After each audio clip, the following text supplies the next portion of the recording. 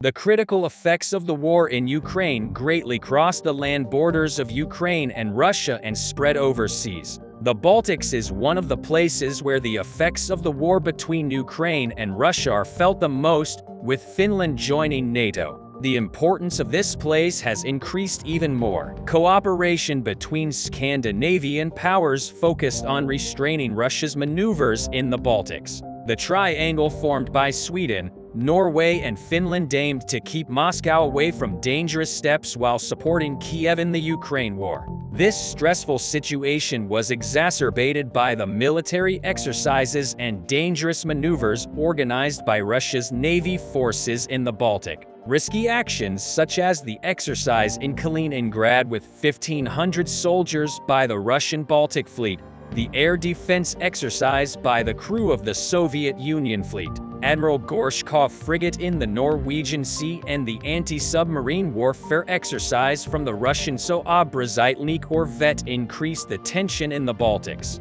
The U.S. presence in the Baltics has long been one of the most important deterrents for Russia. The U.S. Navy's 6th Fleet has finally re-entered the Baltic Sea to bring justice after a long hiatus. The USS Gerald R. Ford aircraft carrier carrying the commander of the U.S. 6th Fleet strike for NATO, the biggest firepower of the alliance, was now deployed in the Baltics in response to the next 30 exercises by the Russian Navy. While this gigantic aircraft carrier, which came to the coast of Norway, had a great impact in the world press, Russian leader Vladimir Putin stopped praising the Admiral Gorshkov warship, equipped with Zircon missiles, and focused on this news as the world's largest aircraft carrier overshadowed the Baltics with its splendor. Putin was witnessing moment by moment the power of the U.S. Navy. The U.S. A-6 shocked the Kremlin. Let's explore together the striking details of this fleet's entry into the Baltics.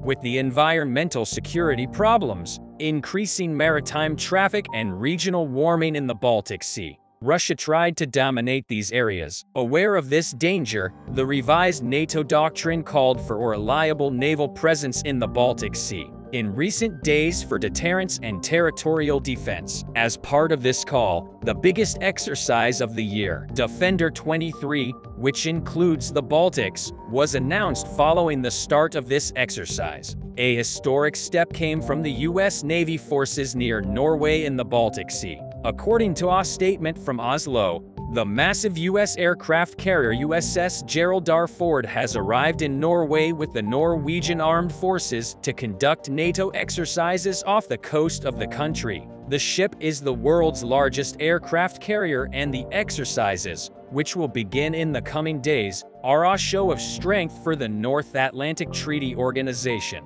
At a time when tensions are rising between the 31-nation military alliance from Europe, Norwegians lined up ashore at Nesodden to watch the ship sail across the Oslo fjord and sail towards its anchorage in the Norwegian capital, Oslo. An extensive no-fly airspace and C-band was imposed around the USS Gerald R. Ford, which can carry up to 90 aircraft and helicopters, and is expected to remain moored in the Norwegian capital for several days. Norwegian media reported that in a show of NATO firepower, the 337-meter nuclear-powered ship sailed for the first time in the Oslo fjord, where it would stay for several days before heading to the Arctic for military exercises. The ship is expected to depart for the Arctic a few days before the start of the Arctic Challenge exercise on May 29th and collect 150 aircraft and 3,000 military personnel from 14 Western countries.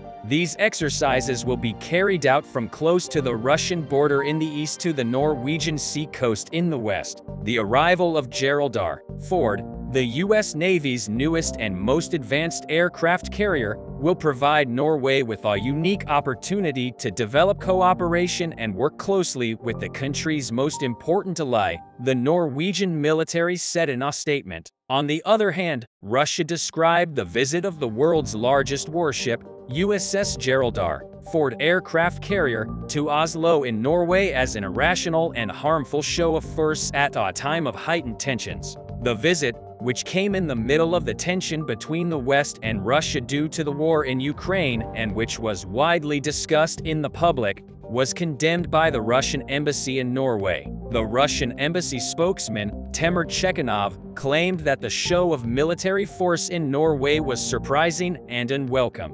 The Russian ambassador claimed that there was no problem in the Arctic North that required a military solution or that there was no need for foreign intervention. Apparently, Russia was already starting to worry about this. So what kind of surprise? This awaits us after the joint action of the USA and Norway in the Baltics. And how will the general situation in the sea affect the Ukrainian war? Since 2004, every Baltic Sea coastal state except Russia, countries such as Sweden, Finland, Estonia, Latvia, Lithuania, Poland, Germany, and Denmark are members of the EU. This brought some alignment of national interests beyond key economic ties and brought about a growing awareness for the need for collective regional security, with a particular focus on protecting the three newest Baltic states Latvia, Lithuania, and Estonia from potential Russian aggression. A new geopolitical reality has also emerged with Finland and Sweden in NATO with their membership. 8 out of 9 Baltic Sea countries have progressed towards aligning with both the EU and NATO. But Russia had strategic interests in the Baltic Sea region, particularly exporting oil by tankers and gas by pipeline and providing power with the Baltic Sea Fleet. The Baltic Sea, a semi-enclosed North Sea, is one of the world's most historic and important waterways for trade. The sea is 865 nautical miles long, with a maximum width of 104 nautical miles and an average depth of 180 ft. In other words, the width and length of the Baltic are quite suitable for the maneuvering capabilities of the US Navy. On the other hand, the Danish Straits in the southwest restrict the flow of salt water from the North Sea, and as a result, most of the water in the Baltic Sea is brackish. The bitterness of this water has increased considerably since the beginning of the war between Ukraine and Russia, home to an estimated 85 million people in its surrounding basin. The Baltic Sea has become one of the most stressful maritime ecosystems on the planet, with Navy assets and therefore heavy marine traffic. The unrestricted access of merchant and naval vessels to the open ocean through the Danish Straits is crucial to Russia, and regional air, sea and land control is among Russia's most visible, proactive pursuits. However, the much-anticipated flow of natural gas through the undersea Nord Stream 1 and 2 pipelines has been cast into doubt, as 3 of the 4 pipelines were damaged by an attack in September 2022 and European economic sanctions. There are many doubts as to who carried out the pipeline attacks, but there was no conclusive proof yet. In addition, the Norwegian military and its NATO allies have been patrolling around offshore oil and gas platforms since autumn following explosions at Nord Stream pipelines in the Baltic Sea. As security measures and military exercises increase, Russia's fears increase at the same rate. After the striking situations, Norway started to come to the fore a little more in Europe in terms of energy. Norway's location played a key role in this success. NATO member Norway shares a border with Russia in the Arctic. In addition, Norway shares an border with Russia and a maritime border in the Barents Sea. This important, strategically located country has become Europe's largest supply of gas after a decline in Russian gas flows last year. Of course, the situation does not benefit Russia in any way. In summary, as the geopolitical map of the Baltic Sea is redrawn, future military security and environmental challenges remain highly complex and highly unpredictable. Russia carries out risky studies in order to increase its dominance in the Baltics and to gain a broader perspective in the Ukraine war. However, the USA and the Baltic member states, especially Norway, Finland, and Sweden, aim to establish the new order of the world on safer foundations with serious measures and military exercises against the activities of the Russians in this maritime area. The front lines of the war between Ukraine and Russia have turned into hell in recent days. The gates of hell are undoubtedly the city of Bak Moot. In addition to Bak Moot, The city of Solder, which is about 15 kilometers away from the city, is undoubtedly one of the counterattack centers of the Ukrainian forces in recent days. The supply lines to the northwest and southwest of the city of Bak Moot are also the addresses of dangerous and risky offensive operations, just like Solder. But all these regions have something in common in these areas. The Ukrainians literally launched a series of offensive operations, especially the short distance between Bak Moot and these regions increases the duration and intensity of clashes. Tens of thousands of Russian soldiers are trapped in the midst of hell, while the fiercest clashes again take the city captive. In the past days, Prigozhin had targeted Russian Defense Minister Sergei Shoigu, Chief of General Staff Valery Gerasimov, and most recently, Russian leader Vladimir Putin. This discussion created a huge vacuum on the Russian front line. Ukrainian forces launched a silent and deeply critical operation to exploit the gap in the war. As we mentioned, the primary target of the Ukrainian forces was the supply lines around the city of Bak Moot. In these areas, Russian troops kept artillery, brigades and elite paratroopers ready for any possible attack. It was also estimated that there were mercenaries from Wagner forces, as well as Russian forces on the connecting roads near Bak Moot, such as Kremova and Ivanivka. The distance between Kremova and Bak Moot is about 6 kilometers. In other words, when it comes to any military reinforcement, the possibility of providing logistics from both armies is a little easier than other front lines. But the Russians have serious problems in this regard. Numerous Russian mill bloggers claimed that Ukrainian forces had crossed the Russian defensive lines from the northwest to the south and southwest of Ivanovskaya, i.e., 6 kilometers west of Bak Moot and northwest of Kulikivka. The aim was to cut the connection in Bak Moot and deprive the Russians of military logistics during the clashes in the city. After this striking operation, the Ukrainian authorities made those historical statements that were expected after a long time. Ukrainian Deputy Defense Minister Hanna Maliya stated that Ukrainian forces have recently recaptured an area of about 20 kilometers squared around the eastern city of Bak Moot from Russian forces. Ukrainian forces, in all their glory, broke through the front lines of the Russian army in Bak Moot, Solder, Chusovaya, Kremova and Ivanivka, especially in Bak Moot. The breakthrough of about 5 kilometers in an area of 20 kilometers squared left the Russian army helpless. Russia experienced an incredible setback on the Bak Moot front and had to cede all control to the Ukrainian army. This was a great victory for Ukraine, and the escape of Russian troops from Bak Moot and the surrender of some of them was the biggest proof of this.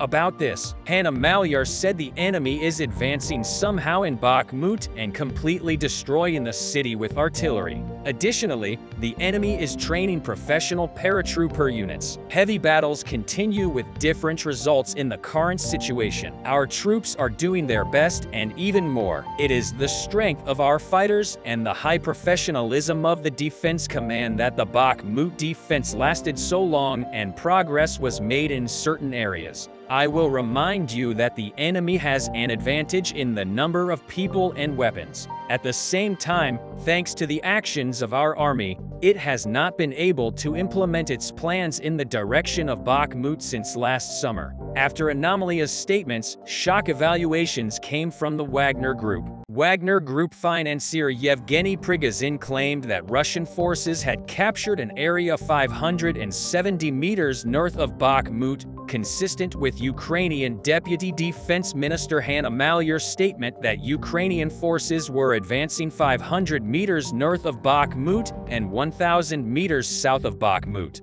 The confirmation of this data by both the Ukrainian side and the pro-Russian Wagner Group showed that Russia was withdrawing from these areas and that the Ukrainian advance was continuing. In addition, the spokesman of the Eastern Forces of Ukraine, Colonel Sergei Sharavathi, stated that the Ukrainian forces advanced up to 1,700 meters last day, while the Ukrainian Azov Brigade said that the counterattacks of the brigade extended the Ukrainian ledge in the Bak Moot region to a width of 2,000 meters and a depth of 700 meters. So who was in control of the trenches in the central and wooded areas in Bak Moot? The Ukrainians had found a solution to this as well. The 10th Mountain Assault Brigade of the Ukrainian Armed Forces took the stage in Bak Moot with the management of the Kremovaline crowed by its comrades. In other words, while other units of the Ukrainian forces were fighting on the crossover highway, the brave soldiers of the 10th Mountain Assault Brigade were fighting in the Bak Moot trenches. We are talking about a 6-kilometer attack corridor formed between the two cities. After long clashes, as we mentioned, with the help of Western tanks, artillery, and other military equipment, the Ukrainian armed forces managed to gain a serious advantage in Bak Moot. In fact, the key to this success was the historic performance of the Ukrainian 10th Mountain Assault Brigade in Bak Moot. The side that continued this success was the other heroic soldiers of the Ukrainian army who fought to prevent the Russians from passing to Bak Moot in Kremova. On the other hand, the commander of the Ukrainian land forces, Colonel General Oleksandr Kursky, emphasized that the latest developments were a partial success and the operation continues. Even the current situation had the Russians seriously trapped, but Colonel General Oleksandr Swirsky's aim was the complete capture of this city. In fact, even Russian leader Vladimir Putin did not expect the first success of the Ukrainian operation to take place in the Bak Moot region because the Russian side could not predict that the Ukrainian army would advance in Bak Moot under such difficult conditions. The advance of the Ukrainian forces in the direction of Bak Moot and the first success of the attack carried out during the operation to defend the city. That is why Ukrainians enthusiastically celebrate this historic achievement. The successful generals of the Ukrainian armed forces who took part in the war plans did very well in thinking of closing the connecting roads such as Kremova and Ivanovskaya and seizing the dominance of these areas. Because if you cut your opponent's supply lines, sooner or later he will surrender or be destroyed. On the other hand, Ukrainian forces are making serious preparations not only in Bak Moot but also in other front lines in the cities of Luhansk and the Donetsk region. Ukrainian troops are currently leading large offensive plans. Ukrainian President Volodymyr Zelensky held a meeting with senior commanders on this issue, after which he hinted that his army's assault brigades were preparing for combat but did not provide any concrete information.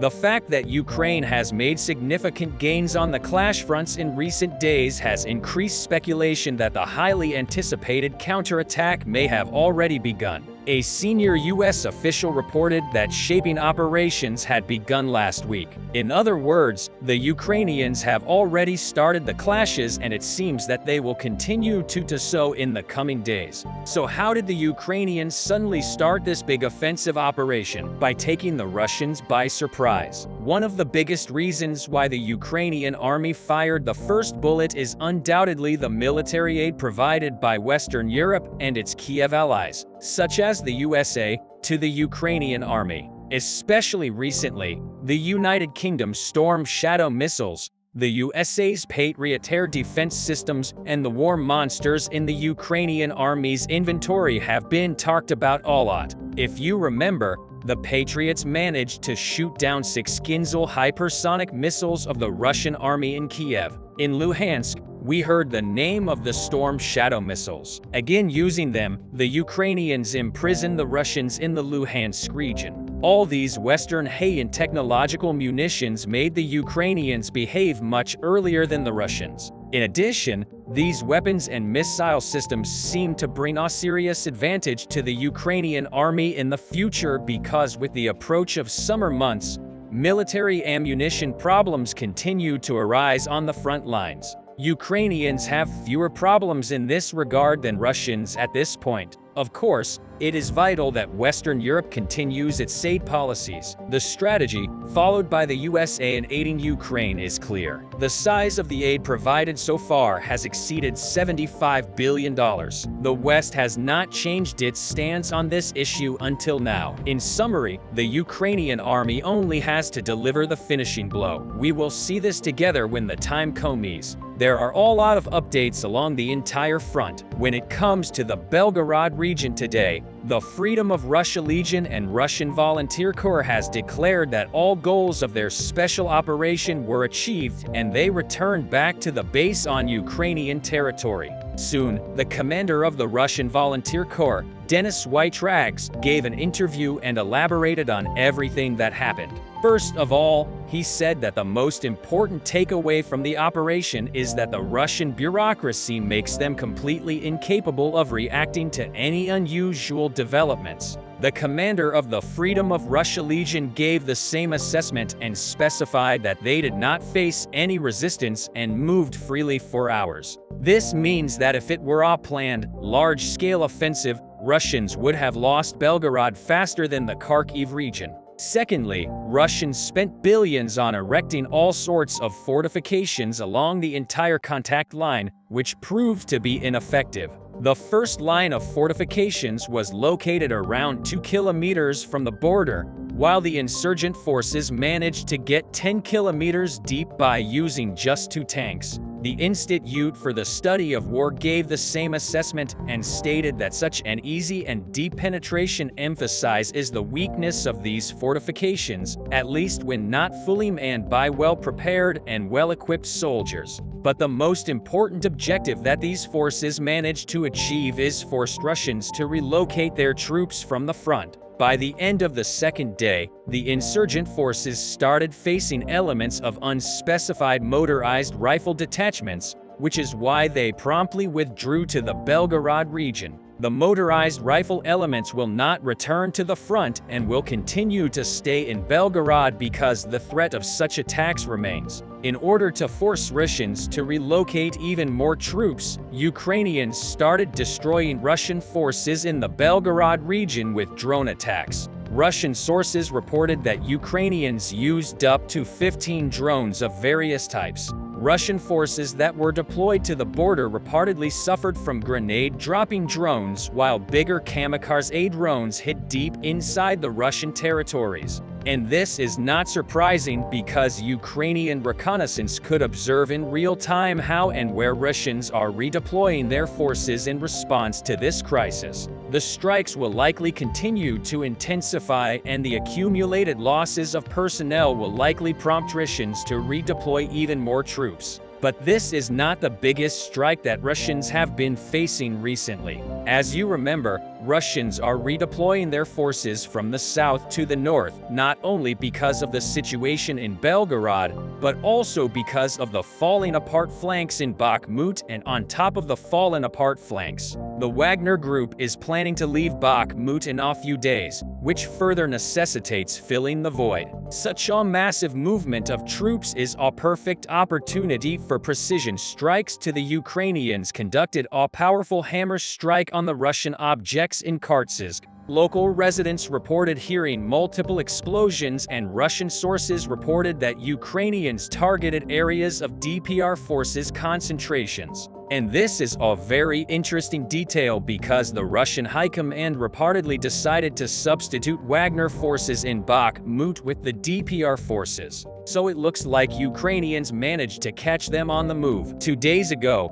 Ukrainians used their newest weapon and conducted a Storm Shadow missile strike on Berdyansk. The target of this strike became military facilities next to the airfield, and the missile reportedly successfully reached its predetermined destination. Some Russian military analysts quickly connected the dots with the recent strike on similar facilities next to the airfield in Mariupol and concluded that Ukrainians are planning to eliminate the most capable pilots in the Russian army. The continuation of such strikes, in combination with the recently announced supplies of 16 fighter jets, could mean that Ukrainians can achieve their superiority, especially if they narrowly concentrate on a particular front. Another potent strike happened near Donetsk. Local residents reported that Ukrainians conducted multiple attacks on warehouses in different parts of the city, and on the fourth attempt managed to destroy an ammunition depot that the DPR forces made on the territory of an auto center. Lastly, a fierce strike happened in the Kherson region several days ago. Various sources reported about the relocation of unspecified detachments of Chechen forces. The information was once again leaked because a Chechen fighter was carelessly using social media. According to the unconfirmed reports prior to the strike, around 100 troops arrived in Alaska on 8 trucks, 5 cars and 9 armored fighting vehicles, which were likely the targets of the strike. Overall, Ukrainians continued destabilizing the situation on various parts of the front line by using the most versatile tactics, such as sabotage and reconnaissance activities in the north, successful counterattacks in the east, and precision strikes on command centers in the south. By losing the initiative, Russian forces got themselves in opposition where they are reacting to the developments put in motion by Ukrainians, while Ukrainians in turn are destroying Russian forces that are being redeployed in an attempt to adjust to these new developments.